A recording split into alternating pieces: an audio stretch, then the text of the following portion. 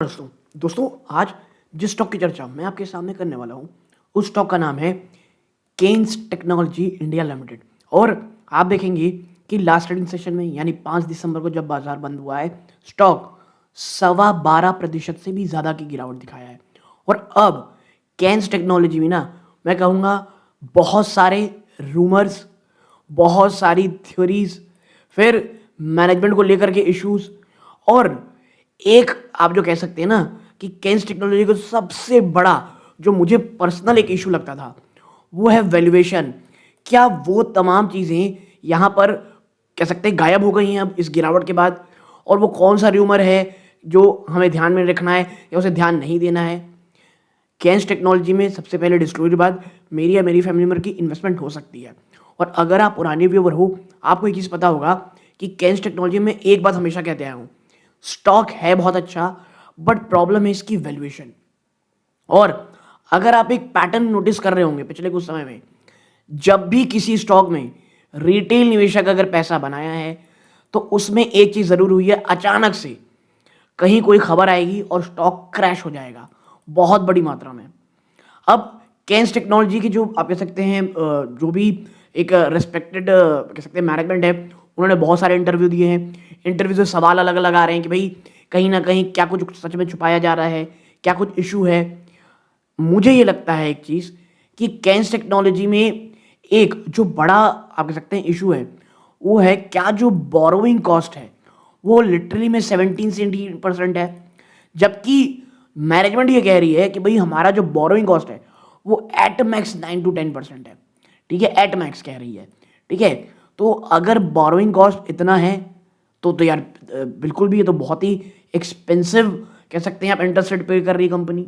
और कोटक ने 6 पॉइंटर आप कह सकते हैं इश्यूज उठाए हैं, उसको लेकर के बात हो रही है। फोकस सिर्फ एक पॉइंट का है, वो क्या है मैं आपको आगे बताऊंगा। तो केन्स टेक्नोलॉजी में आगे करना क्या है और आने वाले समय में वो कौन सी चीज़ है जो हमें ध्यान देनी है। बहुत छोटा वीडियो होगा, टू द पॉइंट होगा, प्योरली डेटाबेस पे होगा। हाँ, खरीदना है बेचना है मैं हमेशा कहूँगा इट्स अप टू यू।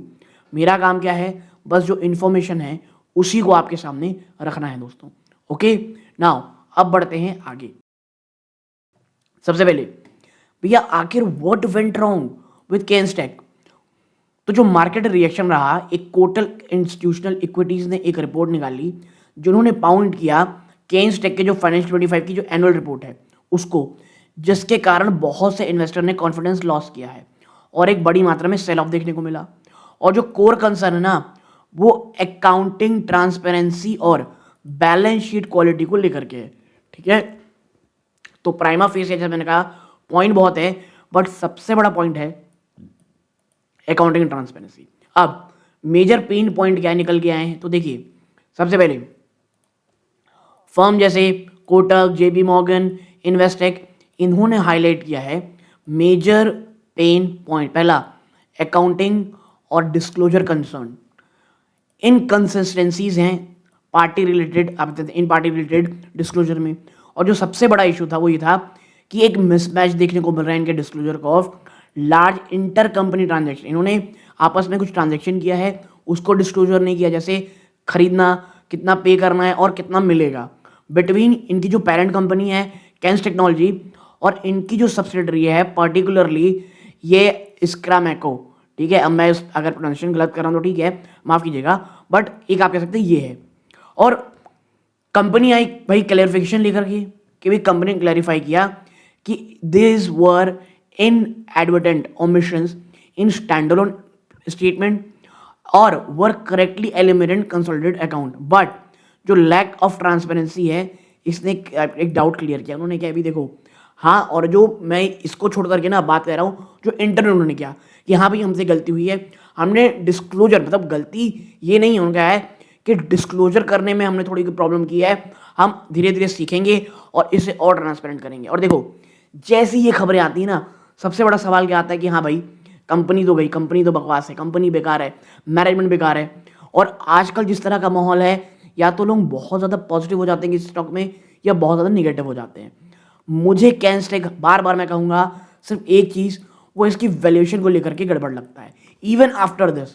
ठीक है, फिर आप आगे बढ़ोगे, एम्बिगस अकाउंटिंग ऑफ एक्विजिशन। देखो क्वेश्चंस ये भी रेस किए गए कि जो about the treatment of goodwill और intangible asset following the acquisition is removed with concern that accounting was inconsistent with standard practice। जो भी standard practice है उसके मुकाबले जो आप देखते हैं अकाउंटिंग है वो बहुत इनकंसिस्टेंट थी और क्लैरिटी में कमी थी कि भैया एक्चुअली फेयर वैल्यू एडजस्टमेंट क्या है जो आपने कंपनी खरीदी है। ठीक है, फिर नेक्स्ट आप आगे बढ़ते हो, मिसिंग कैश फ्लो डिटेल। जो एक payment related to the acquisition था, रिपोर्टेडली दिखाया ही नहीं गया था as a cash outflow, outflow बताया ही नहीं गया कंसिडर कैश फ्लो में, क्योंकि भाई अगर कंपनी खरीदे पैसे दे तो कैश फ्लो बताओगे आउट हुई आई है, तो वो नहीं दिखाया गया। ठीक है, फिर बैलेंस शीट और वर्किंग कैपिटल में एक बहुत बड़ा दबाव है। क्या दबाव है? देखो जो वर्किंग कैपिटल साइकिल है वो बढ़ा हुआ है, जो कैश कन्वर्जन साइकिल है उसमें बढ़ोतरी हुई, जिसके कारण इनके फाइनेंसेस में बहुत दबाव पड़ रहा है, जिसके कारण नेगेटिव फ्री कैश फ्लो है।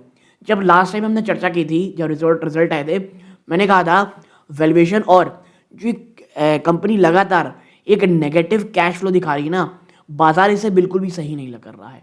ठीक है, अच्छा जब कंपनी ग्रोथ करे रहती है तो वो नेगेटिव कैश फ्लोज के हो सकते हैं क्योंकि लगातार इन्वेस्ट कर रहती है। फिर ballooning receivables, debtors, money own to the company by customer. देखो ये मोर देन डबल हो चुके हैं फर्स्ट हाफ में, डिस्पाइट जो क्वार्टरली रेवेन्यू है वो ऑलमोस्ट फ्लैट रहा है, यानी जो आप कह सकते हैं डेबिटर्स हैं वो दुगने से भी ज़्यादा हो चुके हैं, ये कंसर्न है। फिर कंटेजेंट लाइबिलिटीज़ में बहुत बड़ी बढ़ोतरी हुई है। कंटेजेंट लाइबिलिटी क्या होती है भैया कि फ्यूचर में कुछ पेमेंट आने गई अचानक से, तो उसमें बड़ी बढ़ोतरी हुई है और ये बढ़कर कितना हो गया है 18% कंपनी नेटवर्थ का, 18%। और रीज़न क्यों है? बैंक और कॉर्पोरेट गारंटी जो इशू की गई है फॉर द सब्सिडरी स्कैमेको, इसके कारण आप देखेंगे तो ये बार बार नाम आ रहा है। इस एक एक्विजिशन ने बहुत सारे आईब्रोज रेस कर दिए थे कंपनी को लेकर के।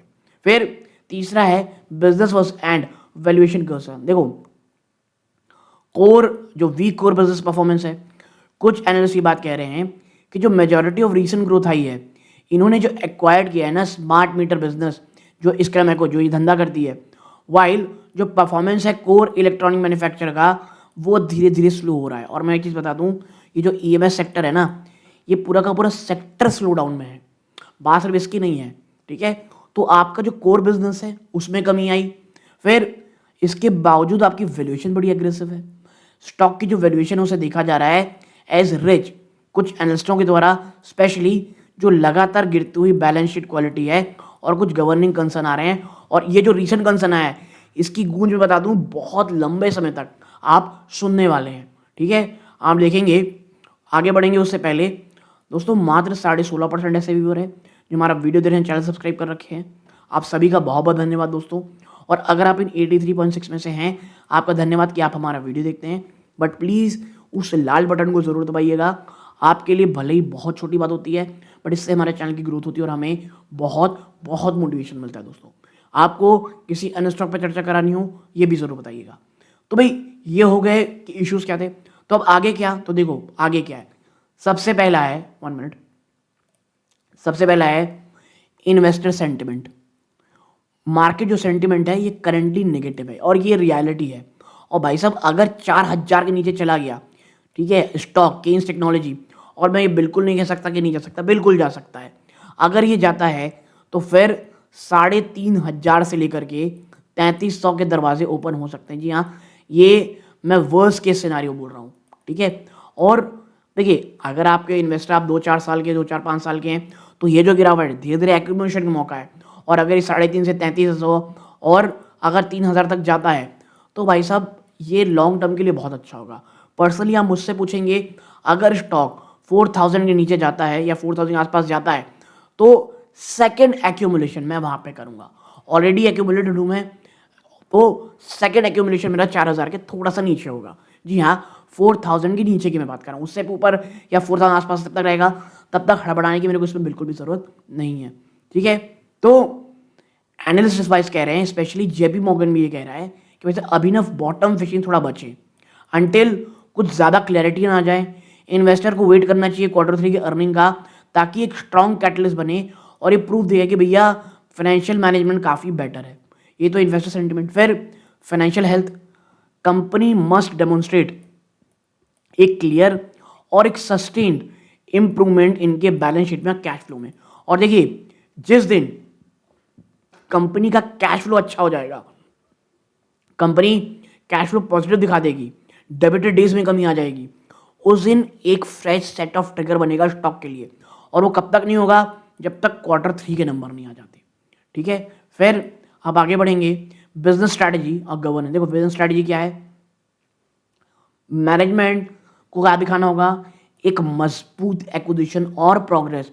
इनका जो कोर बिजनेस है, जिसके लिए सबने निवेश किया था, इनका ईएमएस बिजनेस और इनकी जो स्ट्रैटेजिक इन्वेस्टमेंट है नई एरिया जैसे ओसैट, आउटसोर्स सेमीकंडक्टर असेंबली और टेस्ट, और bare PCB, printed circuit board capacity को। और ये जो आपकी निर्भरता है स्मार्ट मीटरिंग सेगमेंट में, ये भी कहीं नहीं, also point of scrutiny regarding revenue diversification. ठीक है, तो भैया अगर बिजनेस वाइज देखना है तो कंपनी को अपना कोर बिजनेस बढ़ाना पड़ेगा। फिर गवर्नेंस, कंपनी ने क्लैरिफिकेशन इशू किया है किस कंसर्न को, और एक्नॉलेज किया है कि भैया हाँ, हमारी तरफ से कुछ लैप्स हुए हैं। ठीक है, ट्रांसपेरेंट और कंसिस्टेंट फाइनेंशियल रिपोर्टिंग दिखानी पड़ेगी कंपनी को, और ये नॉन निगोशिएबल है अगर आपको मार्केट का कॉन्फिडेंस वाकई वापस से जीतना है तो। ठीक है, तो ओवरऑल ये जो कैंस टेक्नोलॉजी अपेरेंटली इनकी ऑर्डर बुक तो बहुत मजबूत है, अच्छा क्वार्टर भी रेवेन्यू दिखा है, तो कंपनी को फोकस करना पड़ेगा फाइनेंशियल और कैश फ्लो जनरेशन में। फिर एक रूमर कह लीजिए, और बहुत सारी बातें चली जो मुझे लगा चर्चा करनी है, क्या ये कोटक वर्सेस मोतीलाल ओसवाल है इसके पीछे? क्योंकि देखो, हुआ क्या, मोतीलाल ओसवाल इन्वेस्टमेंट था, और जैसे ही आपको पता है कंपनी ने मोतीलाल ओसवाल ने 8,500 रुपये का यहाँ पे क्या दिखाया, टारगेट दिया, और अगले दिन पता चलता है मोतीलाल ओसवाल बेच गए स्टॉक को। ठीक है, और पॉइंट आउट कौन किया? कोटक। तो देखो, ये जो परसेप्शन है ना राइवलरी का भाई साहब, वो प्योरली एक being a driving factor in Kaynes technology, ये एक मार्केट र्यूमर है या एक सोशल मीडिया नैरेटिव कह लीजिए। इसमें कोई भी फैक्चुअल बिजनेस कॉन्फ्लिक्ट नहीं है। ठीक है, और अगर आप बात करोगे ना तो देखो, द कोर इवेंट जो सबसे बड़ा इवेंट रहा वो कोटक रिपोर्ट रही। जो ये भयानक गिरावट दिखा रही ना वो कोटक रिपोर्ट रही, जहाँ पर मल्टीपल मिसमैचेस दिखे पार्टी रिलेटेड ट्रांजैक्शन और अकाउंटिंग इशूज को, जिसके कारण इन्वेस्टर में कंसर्न आया और ये गिरावट देखने को मिली। ठीक है, कोटक का रोल देखो, कोटक एक इंडिपेंडेंट एनालिस्ट है, और ये क्या रेज किया है? रेड फ्लैग्स, क्योंकि on the scrutiny of the company के फाइनेंशियल के डिस्क्लोजर के। और ये कब आई? जब कंपनी ने एनुअल रिपोर्ट दर्ज की। और देखो, ये एक नॉर्मल है, दो ऑफन मार्केट शेकिंग और function of brokerage house research हुई। ठीक है, फिर राइवलरी नैरेटिव, एक क्या रूमर है कि जो राइवलरी एंगर है जो कनेक्ट किया जा रहा है कोटक मोतीलाल ओसवाल को, ये अट्रैक्शन कब से आया? जब सोशल मीडिया स्पेशली एक्स में, जो फॉर्मली ट्विटर था around the time of Kaynes के स्टॉक डायरेक्शन द्वारा। एलिगेशन क्या है? जो कॉमन रूमर सजेस्ट करता है कि जो मोतीलाल ओसवाल है, जिसने एक पॉजिटिव आउटलुक था स्टॉक में, कहीं ना कहीं वो इन्वॉल्व है प्राइस एक्शन में, और ये कॉन्ट्रास्ट करता है view between the two major brokerage part of deliberate conflict to bear aid. ठीक है, कॉन्टेक्स्ट क्या है भैया? दोनों भारत की बड़ी कंपनियां हैं, अपने अपने अपने फाइनेंशियल आर्म में है। ठीक है, वो डायरेक्ट कॉम्पिटिटर हैं तमाम सेगमेंट में। कहाँ कहाँ? देखो, कोटक और मोतीलाल दोनों ही ब्रोकरेज सर्विस देती हैं, वेल्थ मैनेजमेंट, एसेट मैनेजमेंट और इन्वेस्टमेंट बैंकिंग। और ये जो नेचुरल बिजनेस राइवलरी और डिफरेंस है इन्वेस्टमेंट स्टाइल में, कैसे कोटक अक्सर ना बीइंग सीन एज, ये ज़्यादा ही ज़्यादा कहीं बहुत ज़्यादा कंजर्वेटिव है, और इसका जो फंड है वो लार्ज कैप पे फोकस रहता है, जबकि मोतीलाल ओसवाल अक्सर एक स्ट्रॉन्ग फोकस करता है ग्रोथ और मिड कैप इक्विटी में, और ये इजीली एग्जैजरेट करता है market into a market concept theory whenever their research report clash on specific high flying stock. ठीक है, तो ये एक मार्केट आप कह सकते हैं र्यूमर है, ऐसा कुछ भी नहीं है। तो केन्स में क्या चल रहा है, केन्स में क्या हो रहा है, जो मेन कंसर्न है, जो कैश फ्लो के इशू आप कह सकते हैं, और कंपनी का जो लैक ऑफ ट्रांसपेरेंसी डिस्क्लोजर को लेकर के वो बातें थी, और मोतीलाल वर्सेस कोटक की बातें हमने कर ली। मुझे लगता है एक छोटी सी वीडियो थी, बहुत सारी जानकारी हमने रख ली। अब आपकी क्या राय कमेंट बॉक्स में बताइएगा। ये इस वीडियो का अंत है। जय हिंद।